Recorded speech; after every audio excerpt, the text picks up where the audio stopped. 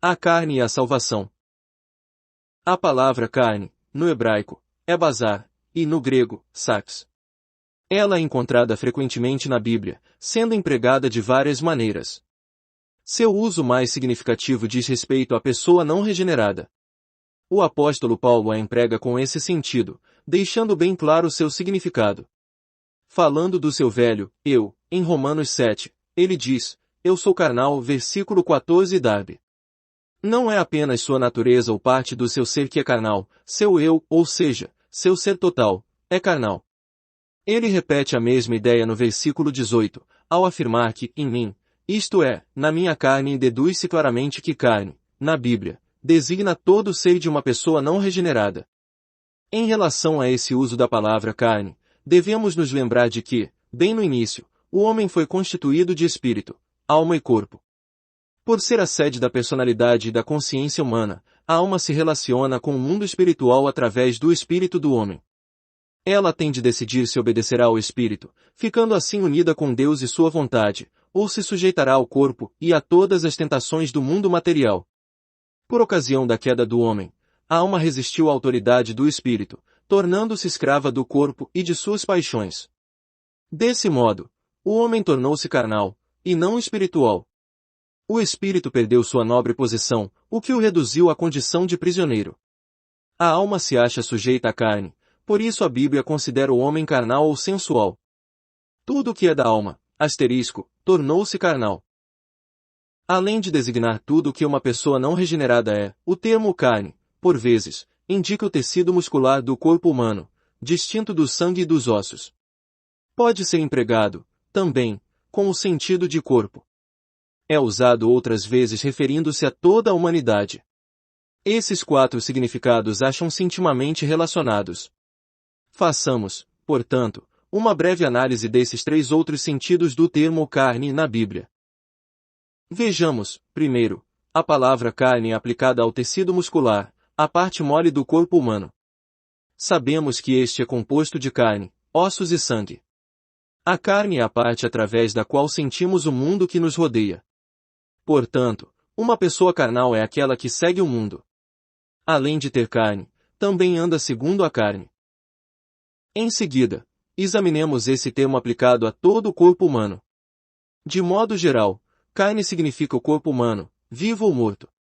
Segundo Paulo ensina na última parte de Romanos 7, o pecado da carne encontra-se relacionado com o corpo humano, mas vejo, nos meus membros, outra lei que, guerreando contra a lei da minha mente, me faz prisioneiro da lei do pecado que está nos meus membros. Versículo 23. No capítulo 8, o apóstolo explica que, se quisermos vencer a carne, devemos mortificar os feitos do corpo pelo Espírito. Versículo 13. Dessa forma, a Bíblia usa a palavra sarx para indicar, não somente o lado psíquico da carne, mas também o físico. Por último, vejamos esse vocábulo aplicado a toda a humanidade. Todos os homens deste mundo são nascidos da carne, logo, todos são carnais. A Bíblia considera todos os homens, sem exceção, como carne. Todo homem é controlado pela união da alma com o corpo, que se chama carne. Por isso, ele segue tanto os pecados do corpo como os do ego, que é parte de sua alma. Assim, sempre que a Bíblia fala de todos os homens, sua expressão característica é toda a carne. Em consequência, bazar, ou sarx, refere-se aos seres humanos em geral. Como é que o homem se torna carne? O que é nascido da carne é carne. O Senhor Jesus afirmou isso para Nicodemos, João 3,6. Essa declaração sucinta responde a 3 perguntas. O que é a carne? Como é que o homem se torna carne? Qual é a natureza dela? O que é a carne? O que é nascido da carne é carne. E quem é que é nascido da carne? O homem. Portanto, o homem é carne, e tudo o que ele herda dos seus pais através do processo natural pertence à carne. E nesse aspecto, não faz diferença se o homem é bom, decente, inteligente, bondoso, ou então se é mau, ímpio, tolo, inútil ou cruel. O homem é carne. O homem e tudo o que lhe diz respeito pertencem à carne, e se encontram nos domínios dela. Tudo aquilo com que nascemos, ou que mais tarde se desenvolve em nós, pertence à carne. Como é que o homem se torna carne? O que é nascido da carne é carne. Ele não vai aprendendo a ser mau, pecando gradativamente, nem se entregando aos poucos à licenciosidade.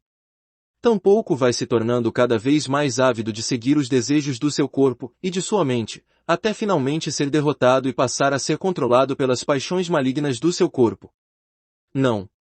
O Senhor Jesus declarou enfaticamente que, ao nascer, o homem já é carnal. Isso não se deve à sua conduta, nem ao seu caráter. O que decide essa questão é apenas um fato, através de quem ele nasceu. Todo homem neste mundo é gerado por pais humanos. Assim, Deus o considera como sendo da carne, Gênesis 6:3. Como pode alguém, que nasceu da carne, não ser da carne? Conforme diz o Senhor, o homem é carne porque nasceu do sangue, da vontade da carne e da vontade do homem, João 1:13, e não por causa da maneira de viver dele ou de seus pais. Qual é a natureza da carne? O que é nascido da carne é carne. Aí não há exceção, nem distinção. Nem instrução, nem aprimoramento, nem cultura, nem moralidade, nem religião podem fazer com que o homem deixe de ser carnal. Nenhum esforço ou capacidade humanos podem alterar esse fato. Se ele foi gerado da carne, será sempre carne. Nenhum projeto humano pode torná-lo melhor do que era quando nasceu. O Senhor Jesus disse, é assim, a questão está resolvida de forma definitiva. Não é o homem quem decide sua condição de carnal, isso é determinado quando ele nasce. Se ele é nascido da carne, qualquer plano que faça para se transformar será inútil. Mesmo que passe por uma mudança exterior, seja ela repentina ou gradual, o homem sempre continua sendo carne. O homem não regenerado.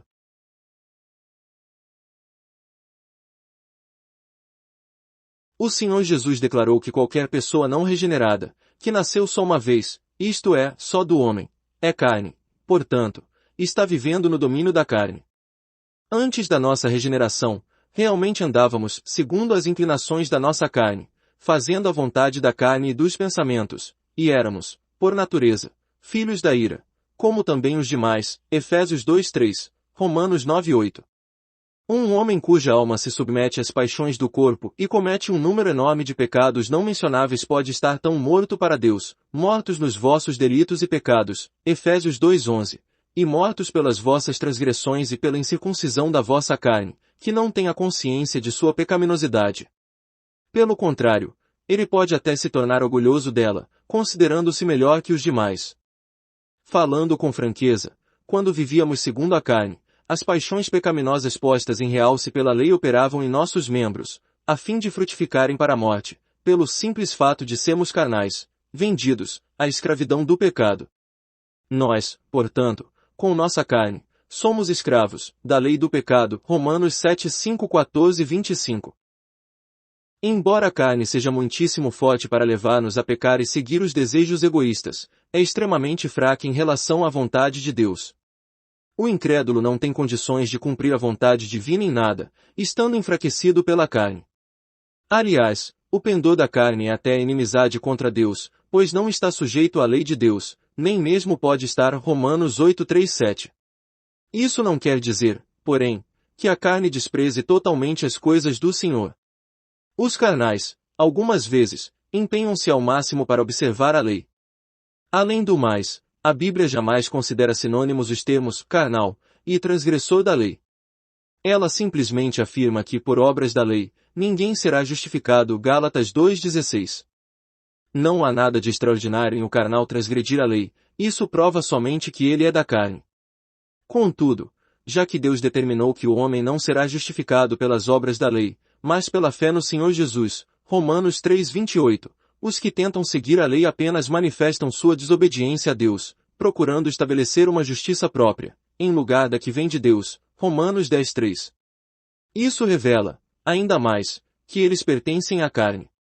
Resumindo, os que estão na carne não podem agradar a Deus, Romanos 8:8, e esse não podem selo o destino dos carnais. Deus vê a carne como sendo totalmente corrupta. Ela se acha tão intimamente ligada à concupiscência que a Bíblia, muitas vezes, faz referência às concupiscências da carne, 2 Pedro 2:18 darb. Deus não exercita seu grande poder para transformar a natureza da carne em algo agradável a ele. O próprio Deus declara, meu espírito não lutará no homem para sempre, porque ele é carne. Gênesis 6:3, Yang. A corrupção da carne é tal que nem mesmo o Espírito Santo de Deus procura torná-la não carnal. O que é nascido da carne é carne. Infelizmente, o homem não entende a palavra de Deus e, por isso, tenta continuamente purificar e reformar sua carne. Entretanto, a palavra de Deus permanece para sempre. Devido à extrema corrupção da carne, Deus adverte seus filhos a detestarem até a roupa contaminada pela carne em Judas 23. Deus conhece a condição atual da carne, por isso declara que ela é imutável. Qualquer um que tentar remediá-la, seja pela auto-humilhação ou usando de severidade para com o corpo, fracassará por completo. O Senhor reconhece que é impossível melhorar ou aperfeiçoar a carne. Portanto, ao salvar o mundo, Ele não busca alterar a carne do homem. Pelo contrário, Ele nos concede uma nova vida, a fim de ajudar-nos a mortificá-la. A carne deve morrer. Isso é salvação. A salvação de Deus.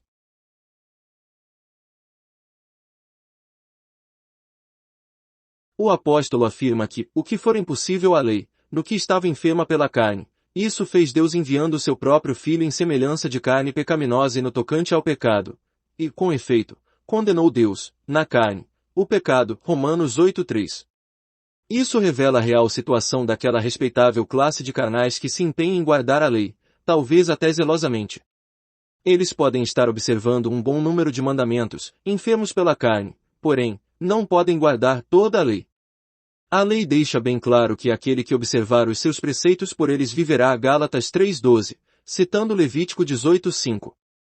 Não o fazendo, será condenado à perdição. Alguém poderá perguntar: que parcela da lei devemos guardar? Toda, pois qualquer que guarda toda a lei, mas tropeça em um só ponto, se torna culpado de todos. Tiago 2:10. Visto que ninguém será justificado diante dele por obras da lei, em razão de que pela lei vem o pleno conhecimento do pecado. Romanos 3:20. Quanto mais alguém deseja observar a lei, mais descobre o quanto está cheio de pecado e como é impossível guardá-la. A reação de Deus para com a pecaminosidade de toda a raça humana foi assumir para si a tarefa de salvá-la. O meio que ele usou foi o seu próprio Filho em semelhança de carne pecaminosa. O Filho não tem pecado, por isso somente ele se acha qualificado para nos salvar. A frase, em semelhança de carne pecaminosa, é referência à sua encarnação. Ele recebeu um corpo humano e ligou-se à humanidade.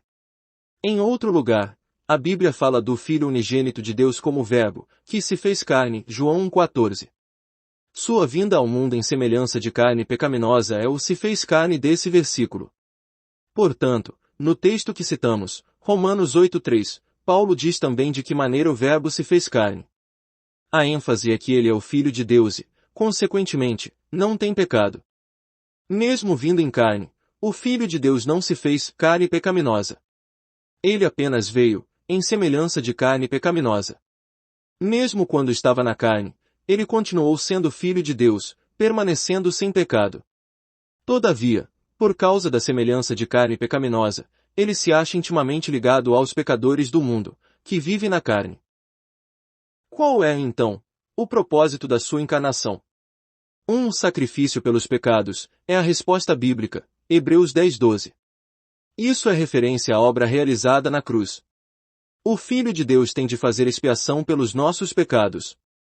Todos os carnais pecam contra a lei, não podem alcançar a justiça de Deus, e estão destinados à perdição e à condenação. Mas o Senhor Jesus, vindo ao mundo, toma essa semelhança de carne pecaminosa e une-se aos carnais de forma tão perfeita que, pela sua morte na cruz, eles recebem um castigo por seus pecados. Ele não precisa sofrer, pois não tem pecado. Todavia ele sofre, porque possui a semelhança de carne pecaminosa. Como o novo cabeça de toda a raça, o Senhor Jesus agora engloba todos os pecadores em seu sofrimento. Isso explica a punição pelo pecado. O Cristo, como sacrifício pelo pecado, sofre por todos os que estão na carne. E que dizer, então, do poder do pecado que domina os carnais? Condenou Deus, na carne, o pecado. Aquele que não tem pecado é feito pecado por nós, de modo que ele morreu pelo pecado. Ele é morto, sim, na carne. 1 Pedro 3:18. Ao morrer na carne, ele leva à cruz o pecado na carne. Esse é o significado da frase condenou Deus, na carne, o pecado. Condenar significa julgar, ou aplicar o castigo. O julgamento e a punição do pecado são a morte. Assim, o Senhor Jesus realmente mortificou o pecado em sua carne. Vemos, então, que, em sua morte, não apenas os nossos pecados são castigados, mas o próprio pecado é julgado. Daqui para frente, o pecado não tem mais poder sobre aqueles que se uniram ao Senhor na morte dele, e cujo pecado, portanto, já foi condenado na carne deles. A regeneração. O livramento do castigo e do poder do pecado que Deus oferece ao homem se realiza na cruz do seu Filho. Agora ele põe essa salvação diante de todos os homens, para que todo aquele que quiser aceitá-la possa ser salvo. Deus sabe que no homem não habita nenhum bem, nenhuma carne pode lhe agradar.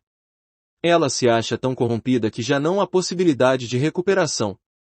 Para a carne, não existe mais remédio. Como é então que o homem, depois de crer no Filho de Deus, poderia agradar ao Senhor, se este não lhe conceder algo novo? Graças a Deus, porém, que ele concede uma nova vida à sua vida não criada àqueles que creem na salvação do Senhor Jesus e o recebem como seu Salvador pessoal. É isso que chamamos de regeneração, ou novo nascimento. Deus não altera nossa carne, mas nos dá sua vida. A carne daqueles que nasceram de novo continua tão corrupta quanto a dos que não experimentaram tal nascimento. A carne do crente é igual à do pecador. Ela não passa por nenhuma transformação por causa da regeneração. O novo nascimento não exerce nenhuma influência positiva sobre a carne. Ela permanece como é. O objetivo de Deus ao comunicar-nos sua vida não é educar e instruir a carne. Não. Pelo contrário, recebemos essa vida para vencermos a carne. Na regeneração, o homem realmente se relaciona com o Senhor pelo nascimento.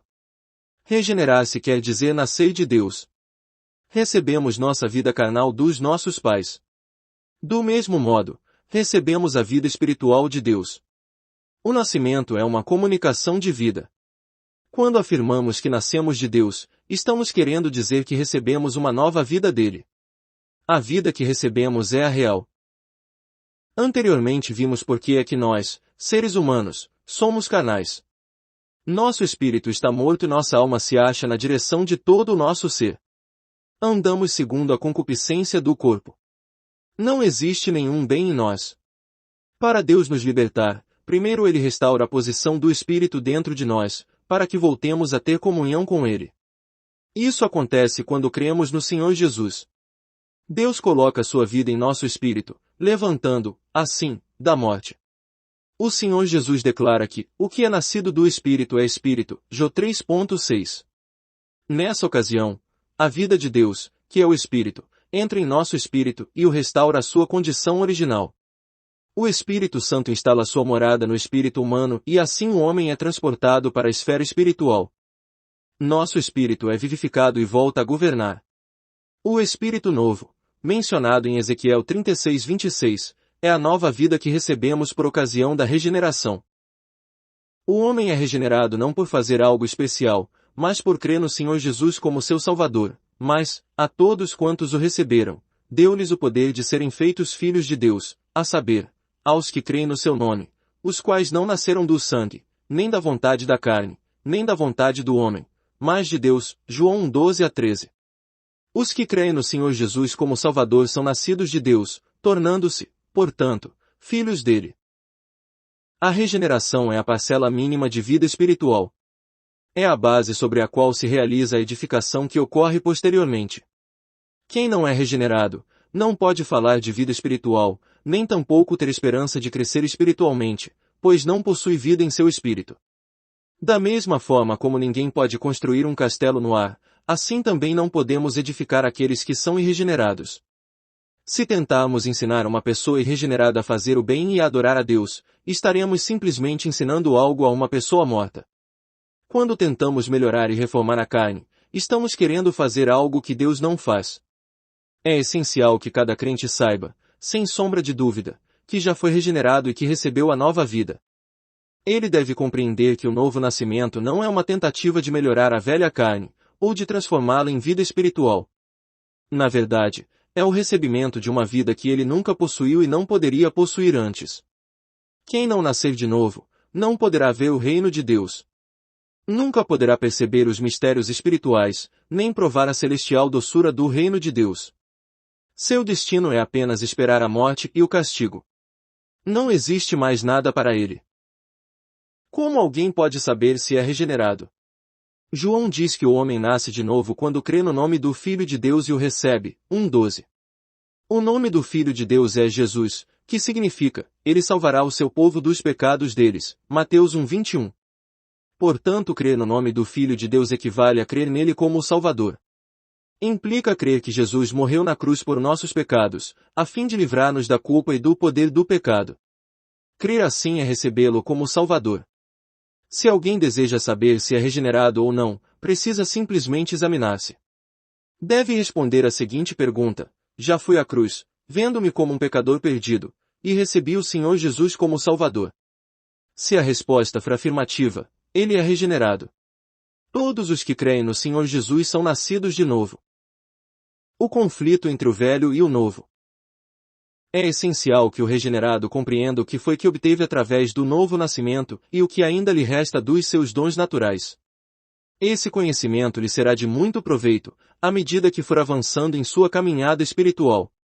Neste ponto, será útil explicar o que a carne do homem abrange, e também, como o Senhor Jesus, em sua redenção, trata com os elementos da carne. Em outras palavras, o que é que o crente herda na regeneração?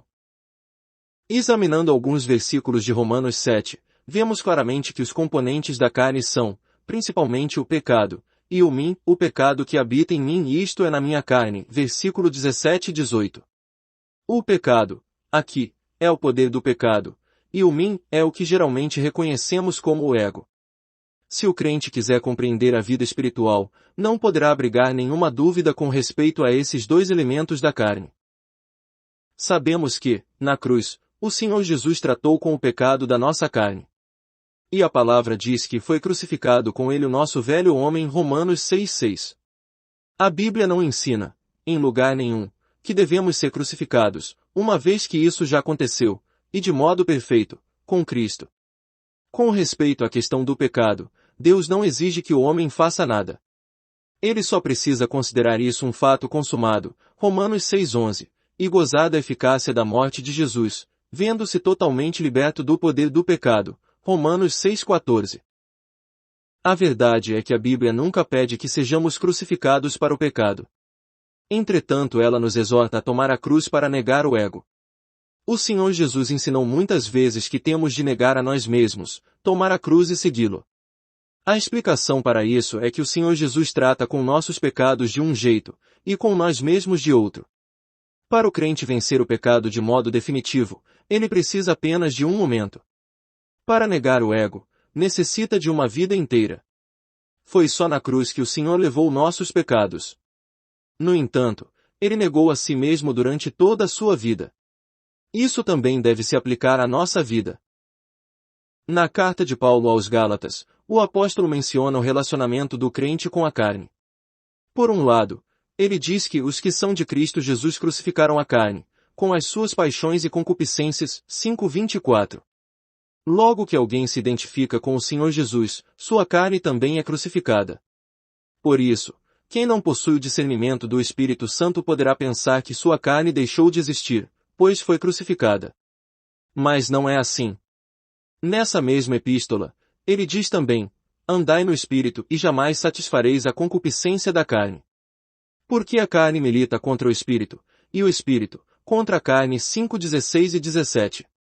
Esse texto mostra, com grande clareza, que mesmo aqueles que pertencem a Cristo Jesus e têm o Espírito Santo ainda possuem um corpo de carne. E a carne não somente existe, mas também é extremamente poderosa. O que podemos dizer, então? Será que essas duas referências bíblicas são contraditórias? Não. No versículo 24, ele fala do pecado da carne, enquanto, no 17, ele se refere ao ego da carne. A cruz de Cristo trata com o pecado, e o Espírito Santo, por meio da cruz, trata com o ego. Cristo, através da cruz, liberta o crente por completo do poder do pecado, para que o pecado não volte a reinar. Ele nos capacita a vencer o ego diariamente, e a obedecer a Deus de modo perfeito. A libertação do pecado é um fato consumado. Negar a si mesmo deve ser uma experiência diária. Se, por ocasião do novo nascimento, o crente pudesse compreender a implicação da cruz em toda a sua plenitude, seria completamente liberto do pecado e entraria na posse de uma nova vida. É realmente lamentável que muitos pregadores não apresentem aos pecadores essa salvação plena. Desse modo, eles creem só na metade da salvação de Deus. Isso os deixa, por assim dizer, salvos só pela metade. Seus pecados são perdoados, mas falta-lhes a força para deixar de pecar. Além do mais, mesmo nas situações em que o pregador apresenta a salvação integralmente, os pecadores desejam apenas o perdão dos pecados, pois lá no íntimo não esperam ser libertos do poder do pecado. Assim também são meio salvos. Quem crê em Jesus e recebe a salvação plena logo no início, vai experimentar menos derrotas na batalha com o pecado, e mais vitórias na luta contra o ego. Os crentes assim são raros. A maioria toma posse apenas de metade da salvação. Desse modo, tem muitos conflitos com o pecado. E alguns nem mesmo sabem o que é o ego. Nesse sentido, a condição pessoal do crente antes da regeneração desempenha um papel importante. Existem muitas pessoas que se inclinam a praticar o bem, antes mesmo de crer. É claro que elas não têm poder para isso, nem poderiam ser boas. Parece que a consciência delas foi razoavelmente iluminada, embora não tenham forças suficientes para fazer o bem. Esses indivíduos experimentam o que comumente se chama de conflito entre a razão e a cobiça. Quando ouvem falar da salvação total de Deus, recebem avidamente a graça para se libertarem do pecado, e também para receber o perdão dos pecados. Outros, entretanto, antes de crer, abrigam uma consciência negra como breu. Pecam terrivelmente, e não têm a menor intenção de praticar o bem. Estes últimos, quando ouvem falar da salvação total de Deus, naturalmente se apegam à graça do perdão e negligenciam, embora não rejeitem, a graça para se libertarem do pecado. Posteriormente enfrentam muita luta contra o pecado da carne. Por que é que isso acontece? Porque esse homem renascido possui uma nova vida, que exige que, além de obedecer a ela, ele tenha vitória sobre o domínio da carne. A vida de Deus é absoluta. Ela deve ter completo domínio sobre o homem. Tão logo essa vida entra em nosso espírito, ela passa a exigir que abandonemos nosso antigo senhor, o pecado, para nos submetermos inteiramente ao Espírito Santo. Ainda assim o pecado encontra-se profundamente enraizado no homem. Embora sua vontade esteja sendo em parte renovada através da vida regenerada, ela ainda se acha muito ligada ao pecado e ao ego, e, em muitas ocasiões, inclina-se para o pecado. Inevitavelmente surge um conflito muito grande entre a nova vida e a carne. Como são muitos os crentes nessas condições, dispensaremos uma atenção especial a esse caso.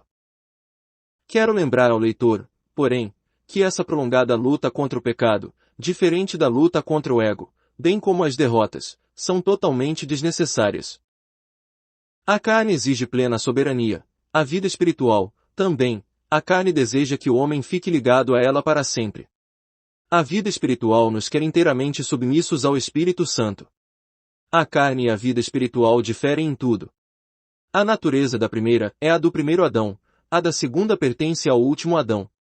A motivação da primeira é terrena, a da segunda, celestial. A carne centraliza tudo no ego, a vida espiritual, em Cristo. A carne deseja levar o homem a pecar, a vida espiritual anseia conduzi-lo à justiça. São dois entes essencialmente contrários entre si. Como, então, o crente pode evitar o choque permanente com a carne? E o fato é que ele experimenta essa luta constante por não reconhecer a plena salvação de Cristo. Quando um crente novo cai nesse conflito, fica confuso. Alguns perdem a esperança de crescer espiritualmente, achando que são muito pecaminosos. Outros começam a pensar que não estão realmente salvos, ignorando que é a própria regeneração que dá lugar a essa luta. Antes, quando a carne tinha o domínio total e não sofria restrições, pois o espírito estava morto, eles podiam praticar toda a sorte de pecado, sem experimentar nenhum sentimento de culpa. Agora, possuem uma nova vida, e com ela vieram a natureza, o desejo, o conhecimento e o pensamento celestiais. Quando esse novo conhecimento penetra no homem, imediatamente expõe a imundícia e a corrupção que há em seu interior. O novo desejo naturalmente fica insatisfeito por permanecer nesse estado, e anseia fazer a vontade de Deus. A carne começa a contender com a vida espiritual. Tal batalha dá ao crente a impressão de que dentro dele existem duas pessoas. Cada uma delas tem ideias e forças próprias. Cada uma delas busca a vitória.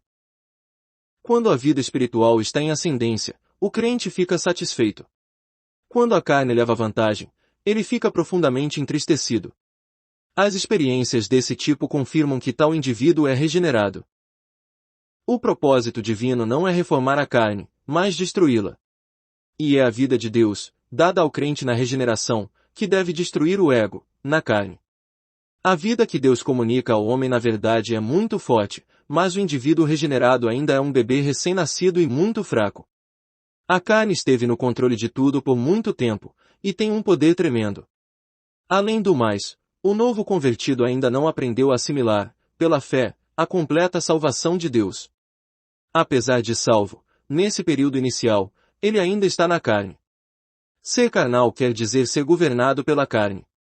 E o mais doloroso para o crente, que, iluminado pela luz celestial, conhece a perversidade da carne e deseja de todo o coração vencê-la, é perceber-se incapaz de derrotá-la. É nesse momento que derrama muitas lágrimas de tristeza. Como poderia não estar desgostoso consigo se, embora nutrindo um novo desejo de destruir o pecado e agradar a Deus, não tem forças para subjugar o corpo do pecado? Ele experimenta poucas vitórias e muitas derrotas. No capítulo 7 da carta aos Romanos, Paulo expressa a angústia interior desse conflito. Porque nem mesmo compreendo o meu próprio modo de agir, pois não faço o que prefiro, e sim o que detesto. Ora, se faço o que não quero, consinto com a lei, que é boa. Neste caso, quem faz isto já não sou eu, mas o pecado que habita em mim. Porque eu sei que em mim, isto é, na minha carne, não habita bem nenhum, pois o querer o bem está em mim, não, porém, o efetuá-lo.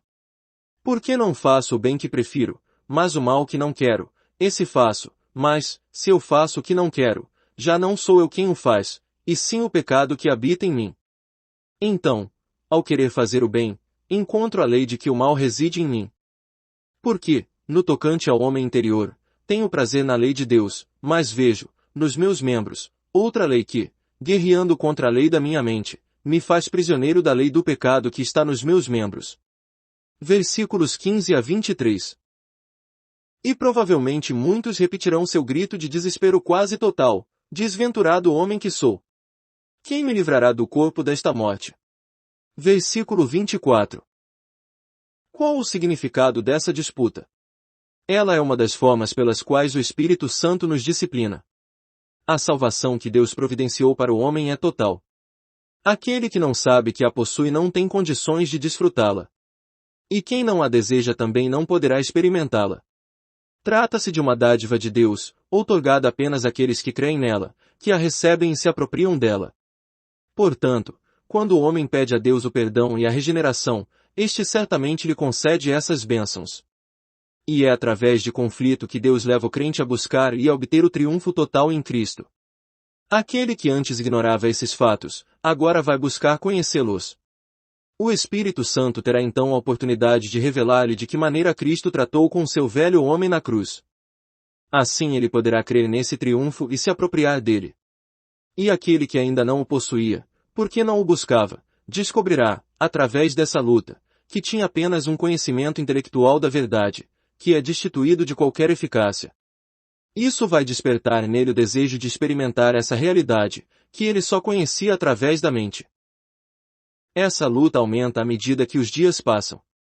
Aquele que perseverar fielmente, sem se entregar ao desespero, entrará num conflito ainda maior, até alcançar a libertação. Extraído do livro Homem Espiritual, Vatmanei. Inscreva-se no canal Desfrutar é bem melhor.